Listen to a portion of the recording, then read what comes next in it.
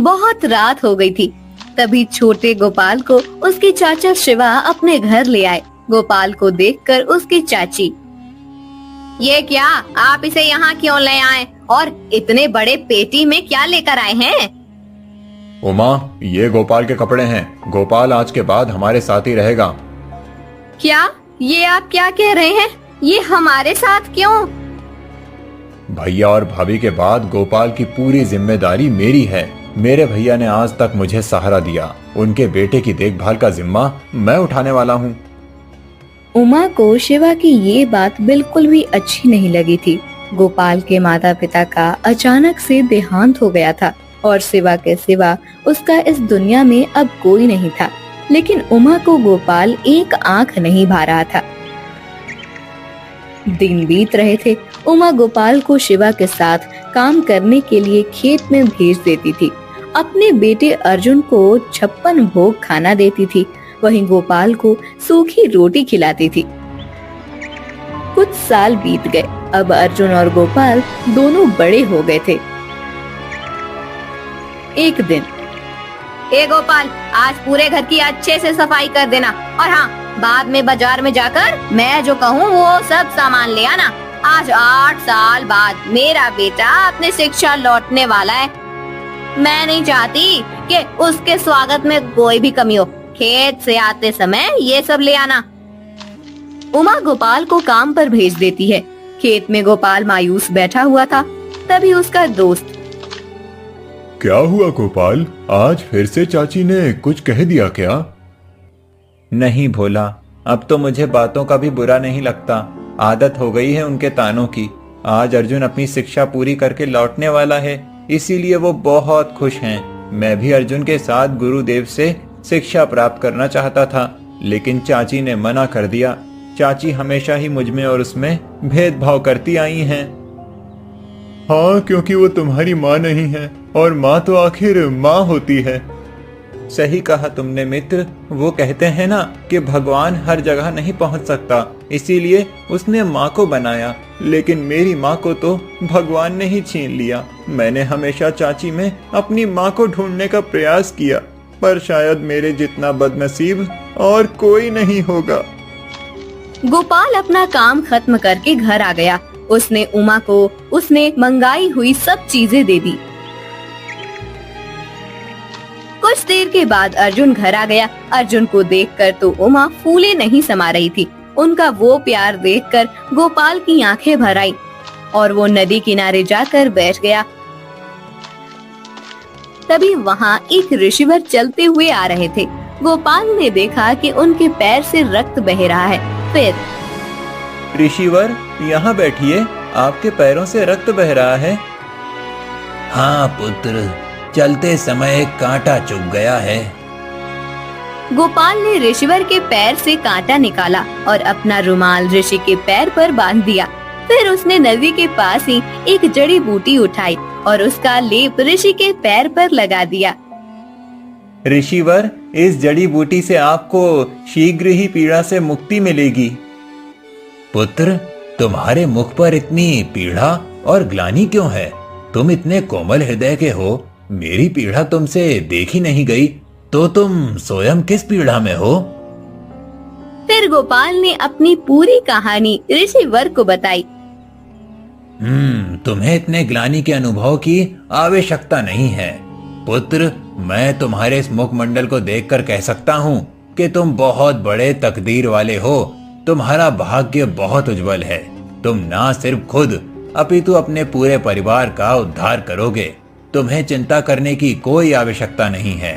शीघ्र ही ऐसा समय आएगा जब सबको तुम्हारा महत्व समझ आएगा।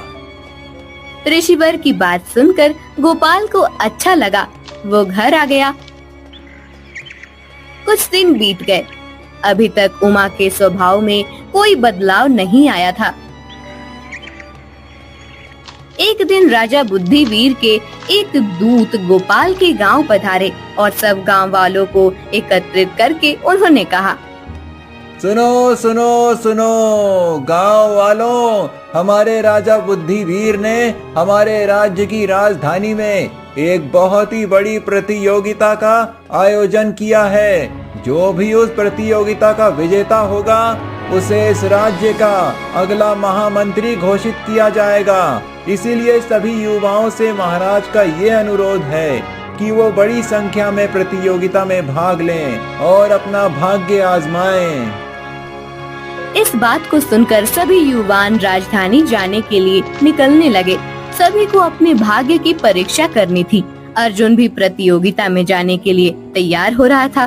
तब अर्जुन, तुम प्रतियोगिता में भाग लेने तो जा रहे हो, लेकिन वो प्रतियोगिता किस बात की है उसके बारे में तो महाराज ने कुछ नहीं बताया। पता नहीं किस बात की प्रतियोगिता होगी। कोई भी प्रतियोगिता हो पिताजी, मुझे भाग्य का कोई कारण नहीं है। मैं तो गुरुदेव के आश्रम से सभी प्रकार की विद्याओं का ज्ञान ग्रहण करके आया हूँ। मैं किसी भी प्रकार की चुनौती का सामना करने में सक्षम हूँ। देखा, ऐसा विश्वास होना चाहिए। मेरा बेटा आपके इस गोपाल की तरह नहीं है। इसमें बुद्धि और साहस दोनों भी है। मुझे मेरे बेटे पर पूरा विश्वास है कि हमारे राज्य का अगला महामंत्री मेरा अर्जुन ही होगा। अर्जुन तैयारी के साथ राजधानी के शहर जाने के लिए चला गया। गोपाल अपने काम पर लग गया। 2 दिनों के बाद उन्हें पता चला कि जो युवान राजधानी पहुंच गए थे उन सबको महाराज युद्ध भूमि में भेजने वाले हैं। फिर सुनिए जी, आपको पता चला महाराज ने ये ठीक नहीं किया। झूठ बोलकर गांव के सभी लड़कों को युद्धपुर भेज दिया। मेरे हो गया तो हाय मेरा बेटा, इससे अच्छा तो इस गोपाल को ही भेज देते हम। युद्ध में मारा भी जाता तो क्या फर्क पड़ता, वैसे भी हम पर बोझ ही बना हुआ है। चुप रहो तुम। महाराज ने जो किया वो सही नहीं किया है, लेकिन इसका मतलब ये नहीं कि तुम गोपाल के बारे में कुछ भी कहो। चाची, आप मेरे बारे में हमेशा ऐसा क्यों सोचती हैं? मैं आपको हमेशा अपनी माँ के समान मानता हूँ, लेकिन आपने कभी मुझे अपना बेटा नहीं समझा। और समझूंगी भी नहीं। तू तो मेरे गले में फंसा हुआ वो कांटा है जिसे न निगल सकते हैं न उगल सकते हैं। उमा की बात सुनकर गोपाल हमेशा की तरह मायूस होकर नदी के पास आकर बैठ गया। उसका मन कर रहा था कि नदी में कूदकर अपनी जान दे दे, लेकिन फिर उसने सोचा कि खुदकुशी करने से तो अच्छा है ये युद्ध में भाग लेकर मारा जाए। ये सोचकर गोपाल राजधानी में आ गया और दरबार में महाराज बुद्धिवीर के सामने जाकर खड़ा हो गया। तुम कौन हो युवान, और इस प्रकार इतने क्रोध में मेरी ओर क्यों देख रहे हो? मेरा नाम गोपाल है, सोनपुर ग्राम से आया हूँ। क्षमा करें महाराज, लेकिन आपने झूठ बोलकर प्रजा का विश्वास तोड़ा है। आप इतने सारे युवाओं को बिना बताए युद्धपोर पर भेजने वाले हैं। आपने उनके परिवार के बारे में एक बार भी सोचा? क्या बीतेगी उन पर ये सुनकर कि उनका बेटा युद्ध में मारा गया? कितने ही ऐसे युवान होंगे जिनका पूरा परिवार उन पर निर्भर होगा। अगर उन युवानों की मृत्यु हो गई तो उनके परिवार का ख्याल कौन रखेगा? आपने असत्य कहकर बहुत बड़ा पाप किया है महाराज। युवान, तुम्हें स्मरण है कि तुम किसके समक्ष होकर बात कर रहे हो? क्या तुम्हें भय नहीं लगता? भय का तो कोई कारण ही नहीं महाराज। मैं इस धरती पर अकेला आया हूँ। कोई नहीं है जिसे मेरी मृत्यु से दुख हो, लेकिन एक माँ है जो अपने बेटे के युद्ध भूमि पर जाने के बारे में विचार करके ही भय से कांप रही है। आप कृपया करके उस युवान को पुनः वापस भेज दें और उसकी जगह पर मुझे सेना में शामिल कर लें। मैं आपसे हाथ जोड़कर अनुरोध करता हूँ महाराज। गोपाल के ऐसा कहते ही परिहार, मुझे एकांत में इस युवान से वार्तालाप करना है। महाराज की आज्ञा पर सब दरबार छोड़कर बाहर चले गए। फिर गोपाल, तुम्हें लग रहा होगा कि हमारा राज्य कितना निर्दयी है। अपनी प्रजा से असत्य बोलकर उनके युवानों के मृत्यु का कारण बन रहा है, किंतु ये सत्य नहीं है। सभी युवान सुरक्षित हैं। मैं तो मेरे राज्य में एक साहसी और धैर्यवान युवा की खोज कर रहा था जो राज्य पर आए संकट का सामना कर सके। कैसा संकट महाराज? हमारे राज्य की दक्षिण सीमा पर एक असुर ने आतंक फैला रखा है। मेरे गुप्तचरों से जानकारी मिली है दक्षिण के सभी गांव में उस असुर के भय से लोगों ने गांव रिक्त करने शुरू किए हैं। प्रजा दूसरे राज्य में जाकर आश्रय ले रही है। प्रजा में अफरा तफरी मची हुई है। इसीलिए मैं चाहता हूँ कि कोई साहसी वीर जाकर उस असुर के भय से सबको मुक्त करे। महाराज से आदेश लेकर गोपाल दक्षिण की ओर जाने लगा। रास्ते में उसे वही ऋषिवीर मिले जिन्होंने उसे तकदीर वाला कहा था। ऋषिवर, मुझे आशीर्वाद दीजिए कि मैं महाराज के आदेश का पालन करते हुए असुर के भय से प्रजा को मुक्त कर सकूं। मेरा आशीर्वाद सदा ही तुम्हारे साथ है पुत्र, परंतु उस असुर से सामना करना इतना सरल नहीं है। वो असुर बहुत शक्तिशाली है। तुम अगर उसके गले में पहनी हुई माला निकाल पाओ तो उसे मारना आसान हो जाएगा। उस माला में ही उसकी सारी शक्ति बसी हुई है। गोपाल ऋषिवर की बात मानकर आगे जाने लगा। वो जब दक्षिण सीमा पर पहुंचा तब उसने देखा कि असुर गांव के लोगों पर अत्याचार कर रहा था। गोपाल उसके सामने जाकर खड़ा हो गया। अचानक से गोपाल को देखकर असुर चौंक गया। उस बात का फायदा लेकर गोपाल ने अपनी तलवार से असुर के गले की माला निकालकर फेंक दी। उसके माला फेंकते ही असुर की शक्ति कम होने लगी। फिर गोपाल ने तलवार से असुर का मस्तक धड़ से अलग कर दिया। सभी लोगों ने गोपाल के नाम का जय घोष करना शुरू किया। कुछ दिनों के बाद गोपाल राजमहल लौटा। गोपाल, तुम सच में वीर योद्धा हो। इतने भयानक असुर से तुमने हमारी प्रजा को मुक्त किया है। आज से मैं तुम्हें इस राज्य का महामंत्री घोषित करता हूँ और तुम्हें एक महल भेंट देता हूँ जिसमें तुम अपने परिवार समेत निवास कर सकते हो। तुम्हारी वीरता देखकर मेरे मन में बार बार एक ही बात आ रही है। मेरा कोई पुत्र नहीं है, सिर्फ एक ही पुत्री है। मेरे बाद इस राज्य का कोई तो राजा होना चाहिए, लेकिन कुछ राज नियमों के कारण मैं तुम्हें राजा नहीं घोषित कर सकता। इसीलिए मुझे लगता है कि अगर मेरी पुत्री से तुम्हारा विवाह हो जाए तो मेरे जमाई के संबंध से तुम इस राज्य के राजा बन सकते हो। मुझे एक बार अपनी पुत्री से बात करनी होगी। महाराज, मैं बचपन से ही खुद को बदनसीब समझता था, लेकिन कुछ समय पहले मुझे एक ऋषिवर ने बताया था कि मैं सबसे बड़ा तकदीर वाला हूँ और शीघ्र ही मेरा अच्छा समय आने वाला है। आज आपके सम्मान से ये सिद्ध हो गया कि ऋषिवर की बात सत्य थी। बुद्धिवीर ने सब युवानों को छोड़ दिया, जिनमें अर्जुन भी था। गोपाल की वीरता के बारे में पता चलने के बाद अर्जुन और उमा का भी गोपाल के प्रति नजरिया बदल गया। वो अब गोपाल के साथ प्यार से रहने लगे। कुछ दिनों के बाद राजकुमारी ने गोपाल के साथ विवाह करने के लिए हाँ कह दी। दोनों का भव्य विवाह संपन्न हुआ। उमा ने अपने पुत्र और पुत्रवधू का स्वागत किया। सब लोग एक साथ खुशी से रहने लगे। ऋषिवर की बात सच हो गई कि गोपाल सबसे बड़ा तकदीर वाला है।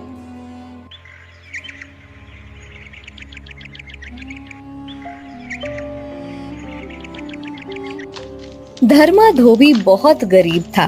धर्मा के 3 बच्चे थे। सबसे बड़ा सतनु और 2 बेटियां कमल और सुमन। एक रात धर्मा की पत्नी सुनिए जी। हाँ बोलो राधा, तुम्हें कोई तकलीफ हो रही है क्या? जी, मेरी तकलीफ तो अभी मेरे साथ ही खत्म होगी। मुझे नहीं लगता कि मैं अब इस बीमारी से उभर पाऊंगी। मेरा अंतिम समय नजदीक आ गया है।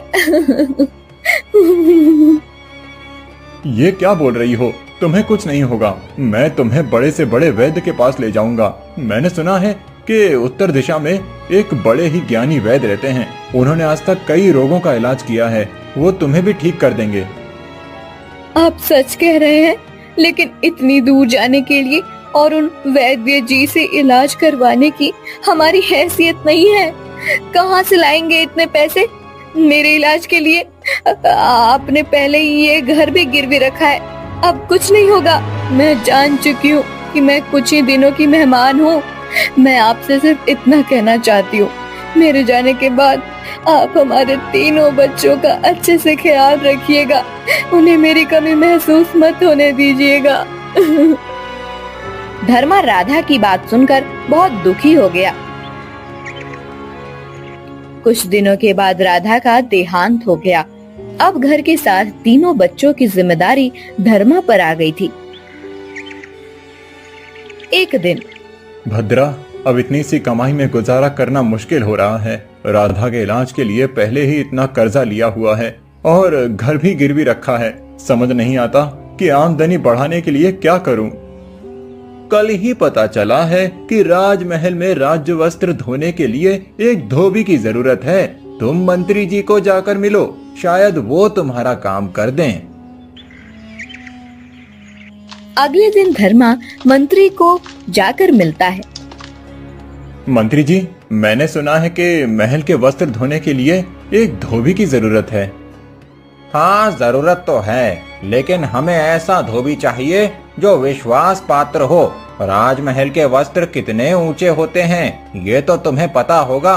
एक भी वस्त्र इधर उधर नहीं होना चाहिए। जी मालिक, मैं आपको विश्वास दिलाता हूँ कि मैं पूरी ईमानदारी से अपना काम करूंगा। आपको शिकायत का एक भी मौका नहीं दूंगा। अगर कोई ऊंच नीच हो गई तो तुम्हें सीधा महाराज के सामने हाजिर करूंगा, ये याद रखना।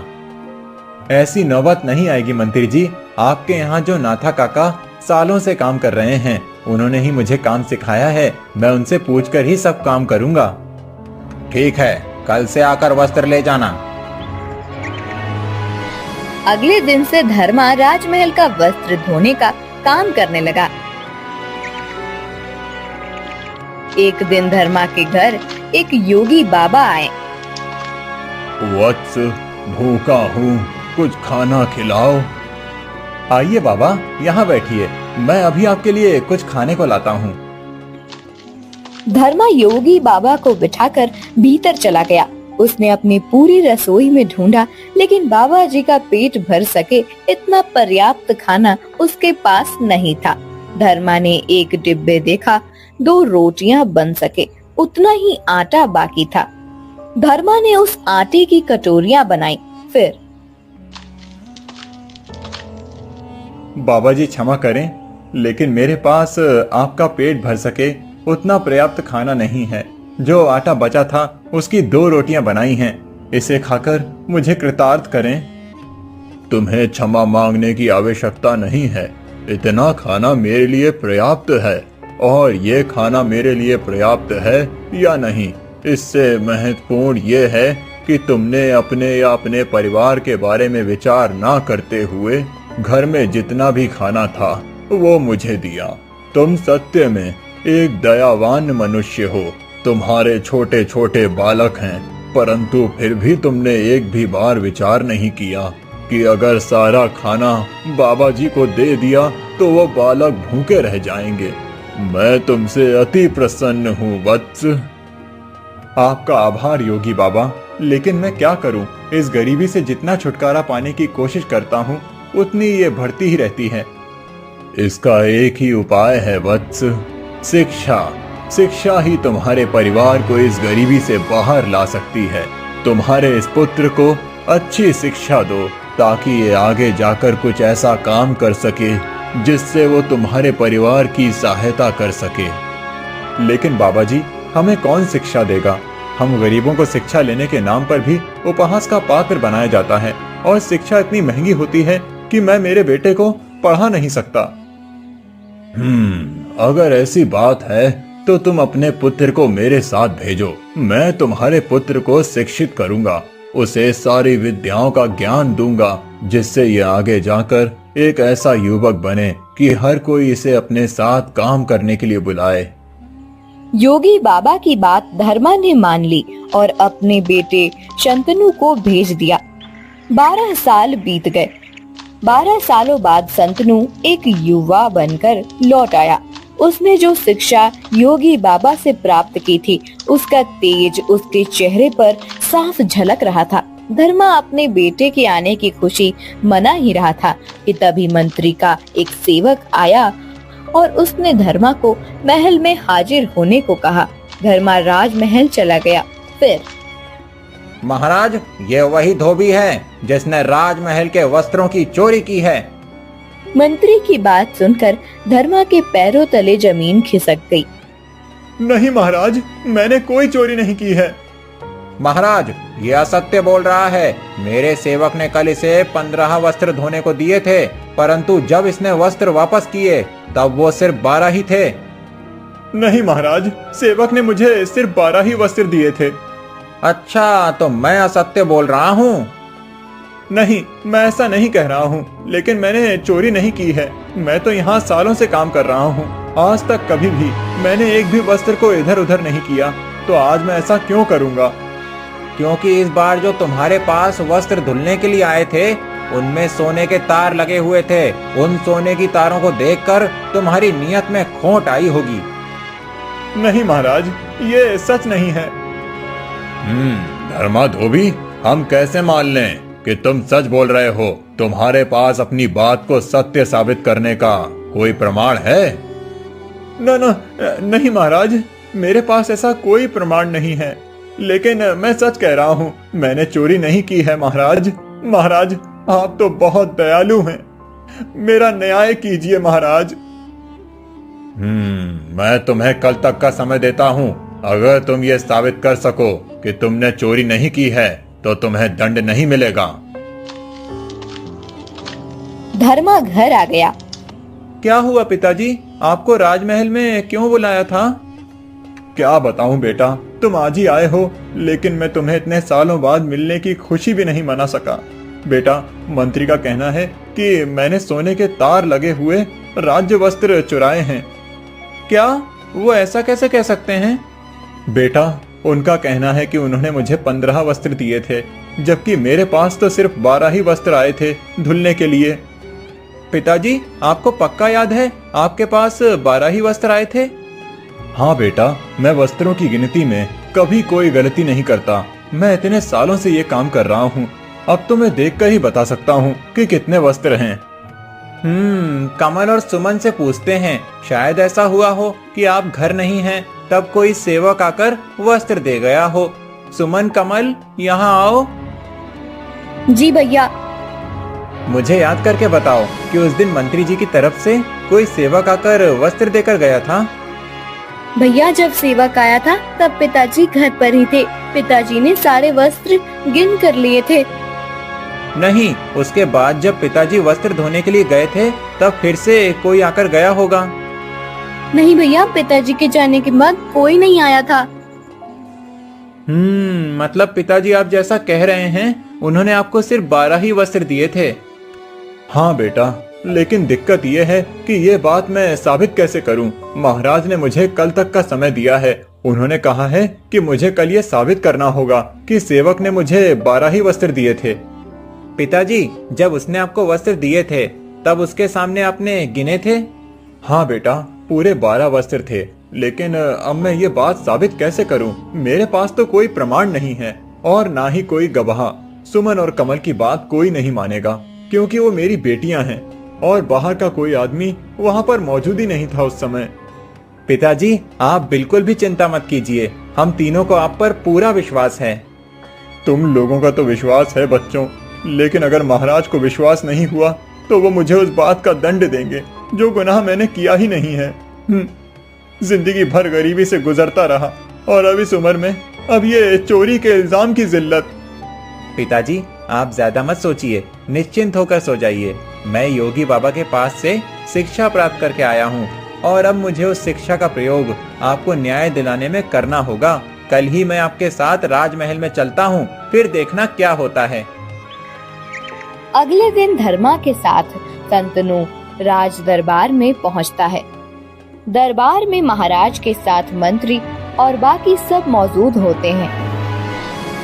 धर्मा, कल मैंने तुम्हें कहा था कि अपनी बेगुनाही का प्रमाण लेकर आना। तुम ऐसा कोई प्रमाण लाए हो? महाराज की जय हो। महाराज, मैं धर्मा धोबी का बेटा शांतनु हूँ। मैं प्रमाणित करूँगा कि मेरे पिताजी बेगुनाह हैं और उन्होंने चोरी नहीं की है। अच्छा, ऐसा कौन सा प्रमाण है तुम्हारे पास? महाराज, मुझे मंत्री जी से बात करनी है। मंत्री जी आपसे कह रहे हैं कि आपके सेवक ने पिताजी को 15 वस्त्र दिए थे, लेकिन पिताजी कह रहे हैं कि उन्हें सिर्फ 12 ही वस्त्र मिले। तो आपके सेवक के पास कोई प्रमाण है कि वो सच बोल रहा है? युवान, तुम्हारा इतना दुस्साहस कि तुम राज्य के मंत्री के सेवक पर संदेह करो। हम सभी सेवकों को जांच परख कर ही काम सौंपते हैं। मेरा सेवक कभी असत्य नहीं कह सकता। तुम्हारे पास कोई प्रमाण या साक्षी हो तो बताना। हाँ, मेरे पास एक साक्षी है। लेकिन मंत्री जी, जब मैंने धोबी को वस्त्र दिए तब वहाँ उनकी बेटियों के सिवा और कोई नहीं था सेवक, सिर्फ तुम इस बात को नहीं देख पाए। महाराज, हमारे घर के बाहर एक पेड़ है, वो इस बात का साक्षी है कि मेरे पिताजी सच बोल रहे हैं। क्या? एक पेड़? लगता है तुम्हारी मति भ्रष्ट हो गई है युवान। एक पेड़ किसी बात का साक्षी कैसे हो सकता है? पेड़ क्या यहाँ आकर सच बताएगा? नहीं, पेड़ यहाँ नहीं आ सकता, इस बात को मैं मानता हूँ। लेकिन अगर हम पेड़ के पास चले जाएं, तो वो पेड़ सब कुछ सच बता देगा। ये कैसे संभव है? कोई पेड़ बोल कैसे सकता है? महाराज, मैंने 10 वर्षों तक एक योगी बाबा के पास शिक्षा ग्रहण की है। उन्होंने मुझे अपनी योग माया भी सिखाई है। उसी योग माया का उपयोग करके मैं किसी भी अचल वस्तु को बोलने की शक्ति प्रदान कर सकता हूँ। हम सब मेरे घर के बाहर जो पेड़ है उसके सामने जाते हैं। मैं अपनी योग विद्या का उपयोग करता हूँ, फिर सारा सच पेड़ खुद ही आपको बता देगा। क्या सच में ऐसा हो सकता है? हाँ महाराज, योगी बाबा बड़े ही ज्ञानी हैं। उनके पास तंत्र मंत्र, योग माया और बहुत सी विद्याएं हैं जो उन्होंने मुझे सिखाई हैं। आप कृपया कर चलिए मेरे साथ। संतनु की बात सुनकर राजा सबसे चलने को कहता है। उसे चलता मंत्री को डर लगने लगता है। महाराज, आपको इतनी दूर जाने की कोई आवश्यकता नहीं है।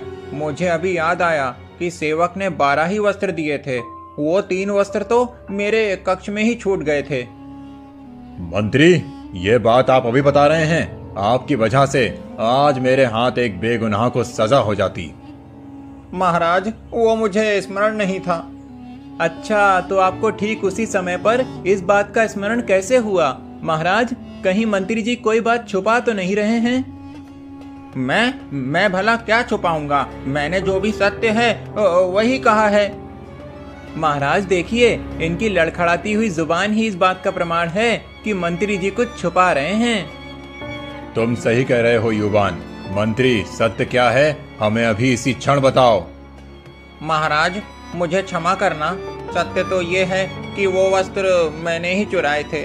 मैंने उस वस्त्र के सोने के तार निकालकर उसके आभूषण बनाए हैं। उस वस्त्र को देखकर मेरे मन में लोभ आ गया था।